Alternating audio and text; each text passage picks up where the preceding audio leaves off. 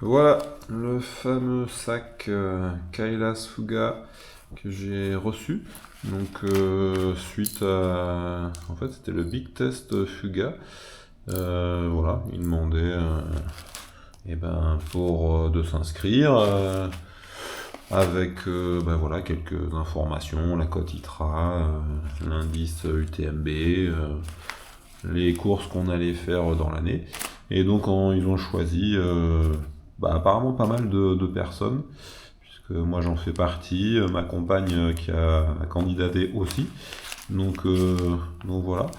Le sac en lui-même a l'air vraiment sympa. La matière est vraiment douce au toucher, elle est agréable. On verra ce que ça donne une fois que c'est un peu mouillé tout ça, parce que moi c'est toujours ça un petit peu que sur des matières hyper fines, parce que là on est vraiment sur un gilet très très fin. Je l'ai pas encore pesé, mais je pense qu'il est vraiment très léger. Euh, Après, voilà, à voir. Sur la première impression est bonne. Euh, Ça semble de bonne qualité, il a l'air très aéré. Quand on voit le système en nid d'abeille là, ça a l'air vraiment pas mal. Quand je l'ai mis sur moi tout à l'heure, bon, ça avait l'air plutôt agréable. Alors par contre, moi j'étais limite entre deux tailles, entre taille M et taille L. J'ai pris la taille M, c'est ce que je prends habituellement. Bon, par contre, je suis en limite, je suis vraiment en limite max pour le serrage. C'est dommage parce que je vais pas pouvoir profiter du système BOA là, qui est vraiment pas mal. Alors j'ai mis un petit temps à comprendre que en fait, pour serrer, il n'y avait pas de problème, mais pour desserrer, en fait, il suffisait juste de tirer la molette et ça dessert tout seul. Voilà, et c'est comme ça qu'on dessert. Ensuite, on rappuie et puis on peut retourner pour serrer. Donc un système vraiment, vraiment pas mal. Alors j'ai un peu peur après que les fils se mélangent un peu partout. Bon, ça semble quand même étudié pour que ça se mette bien assez facilement. Je le verrai au fur et à mesure de l'utilisation, mais sur les deux trois fois où j'ai testé comme ça sur moi, ça avait l'air de pas trop poser de soucis. Donc il y a des systèmes pour serrer au niveau des flasques. Il y a une poche ici à fermeture. Donc moi on voit le petit sigle du téléphone portable. Donc moi je mettrai mon téléphone ici. C'est assez grand. J'ai regardé, c'est assez grand en largeur, c'est assez grand en hauteur. Donc c'est pas mal. Petite poche ensuite sur chaque flasque, sur chaque poche de flasque, avec une autre petite poche sur celle-là. Il n'y a pas sur ce côté-là. Je ne sais pas pourquoi ils n'ont pas fait la même chose. Peut-être parce qu'il y a le portable de qui vient là. Après, il y a deux petites poches encore qui viennent par-dessus là. Enfin, par-dessus celle-là en tout cas. Ce qui est intéressant, c'est j'ai vu un petit... Alors, j'ai déjà chargé mon sac pour tout à l'heure. Il y a un petit sac intégré à l'intérieur pour les déchets en fait. Donc voilà, ça permet, quand on a le temps, après je sais pas si moi je mets tout comme ça en vrac dans une poche, ça permet en tout cas de pas les perdre en route. Voilà pour l'avant du sac. Donc bon, après petit passe ici, une petite poche ici, ça peut toujours servir même si c'est vraiment petit. Voilà, là je sais pas ce que c'est, petite ouverture là. Bon. Qu'est-ce qu'on a d'autre après? Et bien derrière, alors le système derrière, ce qui est dommage je trouve, c'est que du coup on ne peut y accéder à la poche qui est ici que par le dessus. Alors j'ai testé tout à l'heure, mettre la main comme ça par dessus. Moi sur mon Salomon j'ai l'habitude de venir sur le côté quand même comme ça, c'est quand même beaucoup plus pratique. Je sais pas, je verrai l'utilisation, surtout que comme j'ai dit moi en taille M, c'est un peu petit du coup, ça fait que le sac est haut sur le dos. Bon, faudra voir ce que ça donne. Alors par exemple, ce que j'ai beaucoup aimé, donc il y a une poche quand même qui ferme avec une fermeture qui se retrouve contre le dos là. Ça c'est pas mal pour ranger des choses dont on n'a pas trop besoin, mais voilà, qui restent calées quelque part. Et ce qui me semble pas mal, c'est cette petite poche en haut ici qui permet de mettre quand même facilement. Et là, j'ai quand même réussi à y accéder sans enlever le sac. Alors je verrai quand ce sera bien chargé. Mais l'idée, ouais, est simple, c'est facilement accessible, il n'y a pas de choses qui ferment, mais ça me paraît pas mal. Et puis on a une poche encore au-dessus, ici, qui permet d'accéder par le dessus, genre mettre la veste de pluie, ça me semble être pas mal. D'ailleurs, c'est indiqué là, hop, ils disent on va mettre la veste a priori.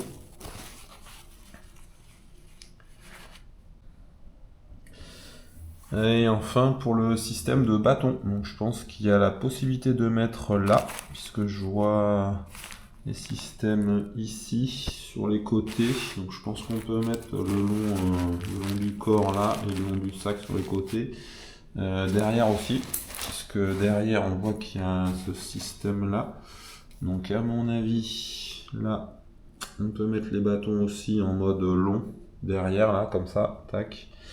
Bon, moi je suis pas fan de cette position là, je préfère les avoir devant en général. On testera les deux, on verra tout ça. Donc voilà, maintenant il n'y a plus qu'à l'essayer. Donc j'ai pas précisé, mais c'est modèle 8 litres apparemment. Je pense que c'est un bon compromis pour les courses longues sans entrer dans l'ultra. Pour les courses courtes ou longues, je pense qu'il devrait être pas mal en termes de place de rangement. Allez, place au test maintenant.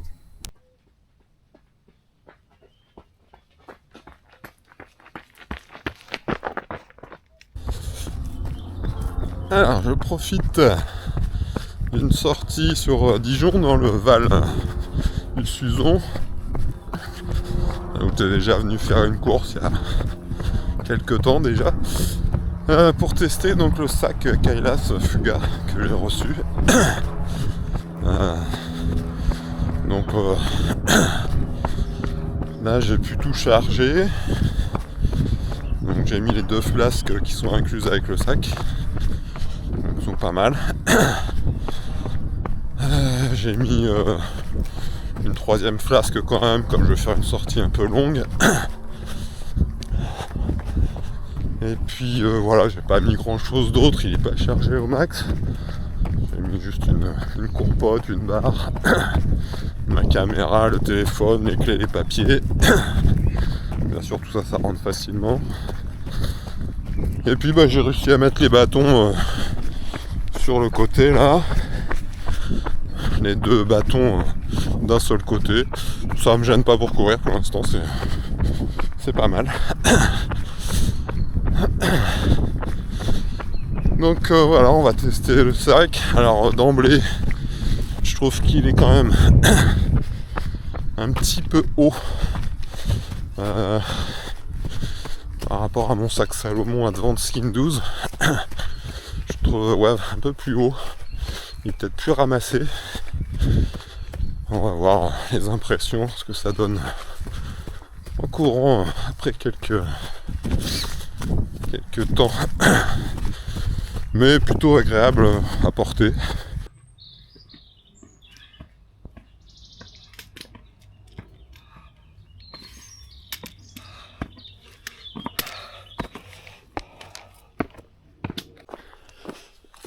Alors après quelques kilomètres courus, la stabilité du sac est plutôt bonne.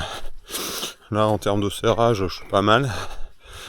Après je trouve qu'il y a un léger relâchement dans la partie basse, ici là, au niveau du bas du sac, vers le bas des côtes. Je trouve que je sais pas, ça manque de soutien près du corps. Alors je pense que c'est aussi la conception des lanières qui veut ça, parce que du coup on est sur des lanières qui sont des fils durs. C'est vrai que moi sur le Salomon, alors j'ai beaucoup comparé à Salomon parce que c'est avec ça que j'ai toujours couru. On est sur le Salomon, on est avec des élastiques. Et je trouve que du coup ça suit un peu mieux les mouvements de respiration. Là, dans les moments où on expire vraiment fort, on sent que c'est un peu plus lâche. Et quand on regonfle au moment de l'inspiration, c'est vrai qu'on se sent un peu plus serré. Alors bon, c'est pas en continu bien sûr, donc ça va. Mais sur du long, je sais pas ce que ça peut donner. Je sais pas. Ce serait à voir, à tester. Bon, c'est la première sortie, donc bon. Voilà, j'ai pas trop de recul. On continuera d'essayer sur des distances plus longues ensuite. Mais voilà, après pour l'instant, pas d'inconfort. Le sac est quand même bien en place. J'ai essayé tout à l'heure de desserrer un peu plus. Comme moi je suis au max du desserrage, comme j'ai pris un gilet, je pense un peu juste pour ma taille. J'ai essayé du coup en enlevant la lanière du milieu. Ça le fait aussi, hein. Ça permet de gagner un peu en relâchement au niveau des lanières, donc pourquoi pas. Ça peut être une option à envisager si je sens que c'est trop serré, mais je dirais que là comme ça c'est pas trop mal quand même. Je suis au max du relâchement, mais ça va. Ça me permettra, voilà, peut-être de resserrer un petit peu.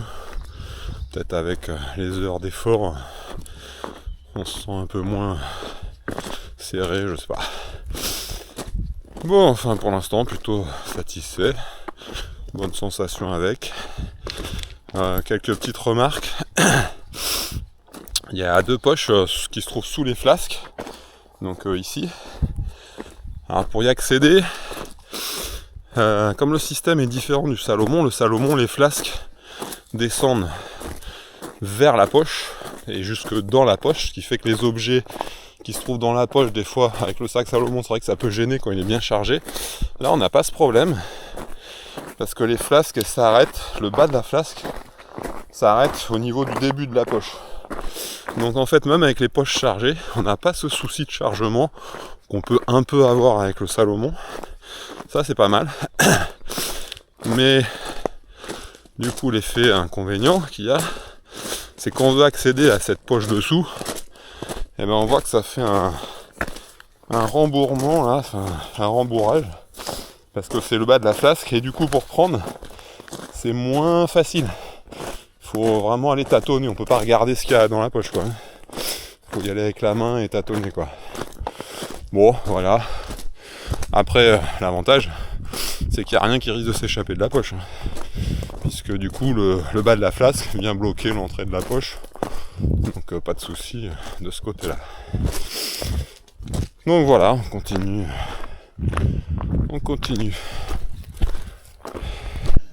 Donc comparaison des flasques Fuga Kailas du sac que j'ai reçu. Donc ce sont bien des 500 ml, max 500. Donc clairement au niveau taille on voit vraiment la belle différence entre les Salomon de 500 aussi que j'ai sur mon sac. Bon, on voit quand même qu'il y a une belle différence de taille. Alors après la forme, bon, à voir dans le sac si c'est fait pas trop épais, comme c'est plus ramassé en dimension. Il y a un système intéressant pour la pipette, puisque la pipette elle peut tourner facilement, elle est libre en fait en rotation. Donc ça peut être sympa.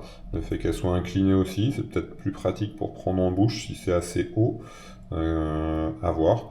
Et il y a un système intéressant de blocage en fait que j'avais pas compris au début, c'est qu'en fait pour boire il faut tirer, en fait cette partie là se lève et pour bloquer, hop, il y a juste à appuyer et ça bloque le débit en fait. Donc voilà, à voir. J'ai l'impression que le débit là par la pipette c'est un peu plus petit, je sais pas si on voit la différence.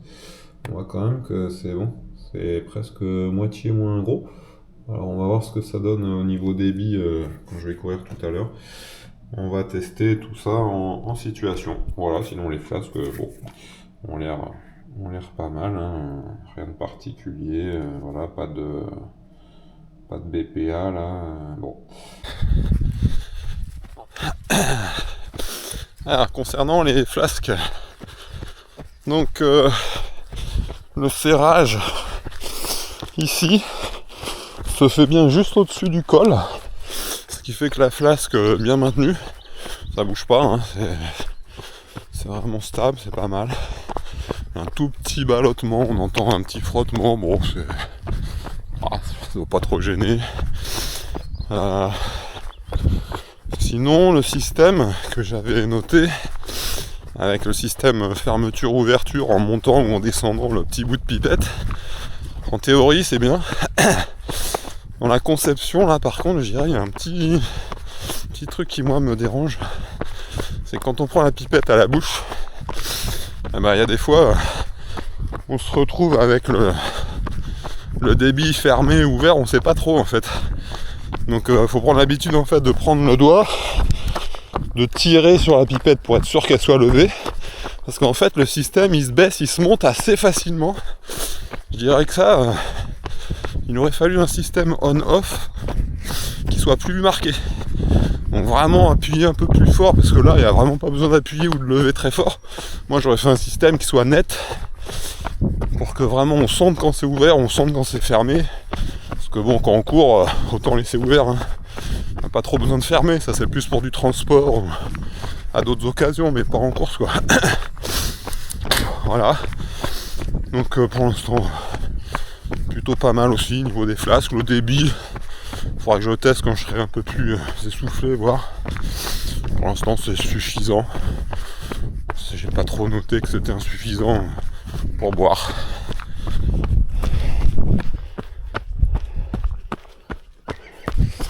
Alors, retour sur les flasques. Bon, le débit, on sent quand même que c'est moins que sur les flasques Salomon. Alors, je pense qu'il y a le diamètre qui joue déjà, comme j'ai montré au début dans la présentation. Mais en plus, il y a un truc moins pratique, c'est la hauteur de l'endroit où on peut pincer avec les dents pour libérer le système. En fait, il est assez petit, ce qui fait que faut bien viser avec les dents, sinon on mord à certaines zones et il n'y a rien qui vient quoi. Donc ça aussi, je pense que ça peut être un point d'amélioration, parce que faut vraiment bien sentir l'endroit où on pince.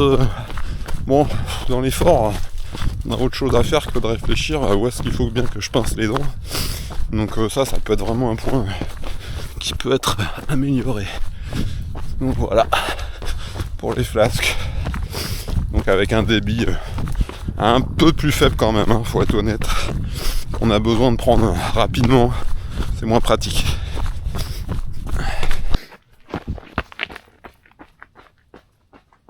Alors là, j'ai chargé le sac en mode course longue, on va plutôt dire. Il est carrément hyper chargé. Du coup, je me vois pas partir en ultra avec, parce que là, j'ai pas du tout le matériel obligatoire qu'on pourrait attendre en ultra. Alors certes, là, j'ai un petit récipient pour la bouffe. J'ai mes chaînes neige au cas où. J'ai une flasque, mais là, par exemple, j'ai que mes 2 flasques devant. Et j'ai pas de 3e flasque. Là, la 3e flasque, c'est juste une que je prends pour me servir au ruisseau avec un filtre. Mais là, par exemple, j'aurais pas vraiment la place de mettre une flasque remplie dès le départ, quoi.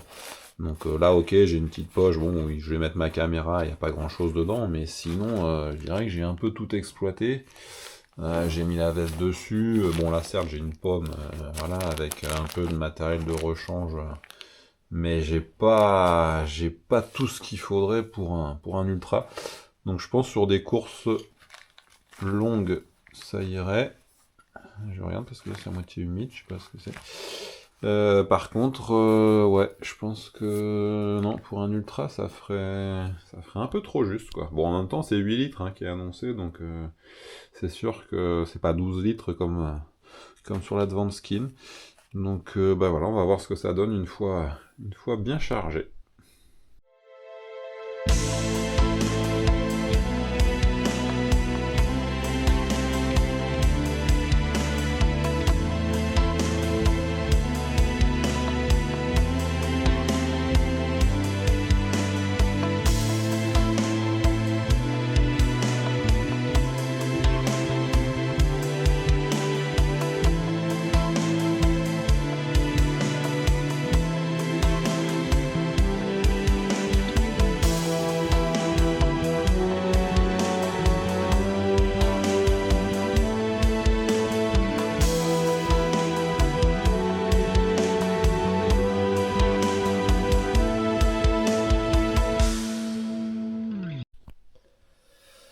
Alors, l'état du sac après une semaine. Eh bien, une semaine en utilisation assez intensive, puisque j'utilisais tous les jours en montagne, soit rando, soit trail.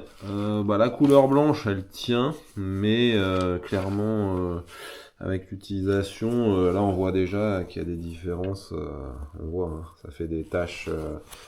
Alors, il a été lavé une fois, hein, et pourtant, voilà, il y a des choses qui restent marquées. Donc, je pense que avec la poussière, à force, bon, le blanc c'est pas mal comme couleur. C'est vrai que c'est sympa, hein, mais ça fait vraiment classe. Mais en trail, je dirais que c'est peut-être pas le meilleur choix qui soit.